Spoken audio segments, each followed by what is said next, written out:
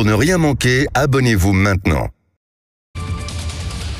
Il est 8h10, Elisabeth Lévy, bonjour donc. Bonjour Patrick, bonjour Laurie, bonjour à tous. Alors, vous voulez revenir ce matin sur le comité d'éthique. C'est le Conseil consultatif national d'éthique, justement, qui a publié un avis hier à l'intention des gynécologues et ça vous a interpellé. Pourquoi? Vous allez nous dire ça. Même un peu énervé. Alors, il avait été saisi par Elisabeth Borne.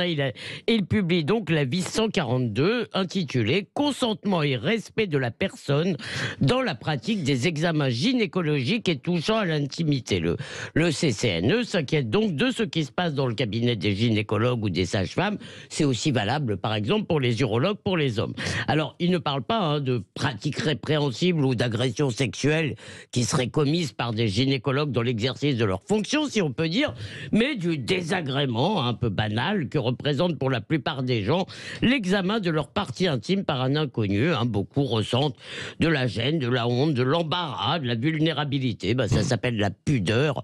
Je ne suis pas sûr qu'il faille pour cela mobiliser de telles sommités médicales. Alors le CCNE recommande d'être à l'écoute du patient, de respecter son intégrité et ses droits. Il préconise une rencontre respectueuse entre le soignant et le patient, fort bien. Et comme l'élève doit être acteur de son éducation, le patient doit être associé au choix thérapeutique et donner son consentement explicite à chaque étape. Ça relève plus ou moins du bon sens. Mais en plus de soigner, dépister, alors là, ça se gâte un peu parce que le médecin est invité à se soucier du savoir-être des patients. Alors désolé, mais moi je ne vais pas chez le gynécologue pour trouver un gourou ni pour qu'on m'apprenne à vivre ou à être. Bon, alors ce jargon est peut-être un peu ridicule, je vous l'accorde, mais si on peut améliorer tout de même les relations entre les femmes et leurs gynécos, c'est plutôt bien, non? Où est le problème? Alors d'abord, cet étalage, je le trouve moi un peu déplaisant. Je n'ai pas envie d'évoquer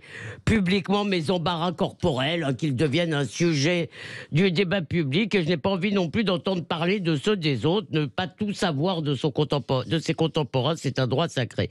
Mais évidemment, le problème n'est pas dans la proposition concrète. Dans les propositions concrètes, si on peut améliorer les choses, tant mieux. Le problème, c'est l'idéologie du soin et de la bienveillance. Et de même que chez Knock, chaque bien portant est un malade qui s'ignore. Pour cette idéologie, nous sommes tous des victimes. Il faut juste trouver de quoi.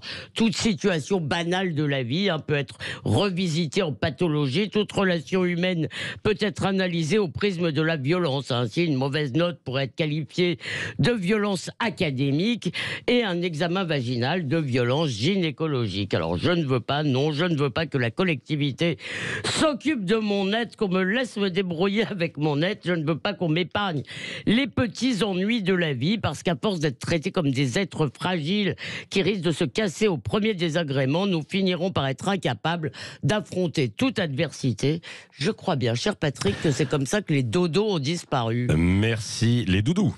Les dodos. Les dodos. Ah oui, d'accord, les dodos. Absolument, les merci. Doudous, je vous en rapporte. Oui.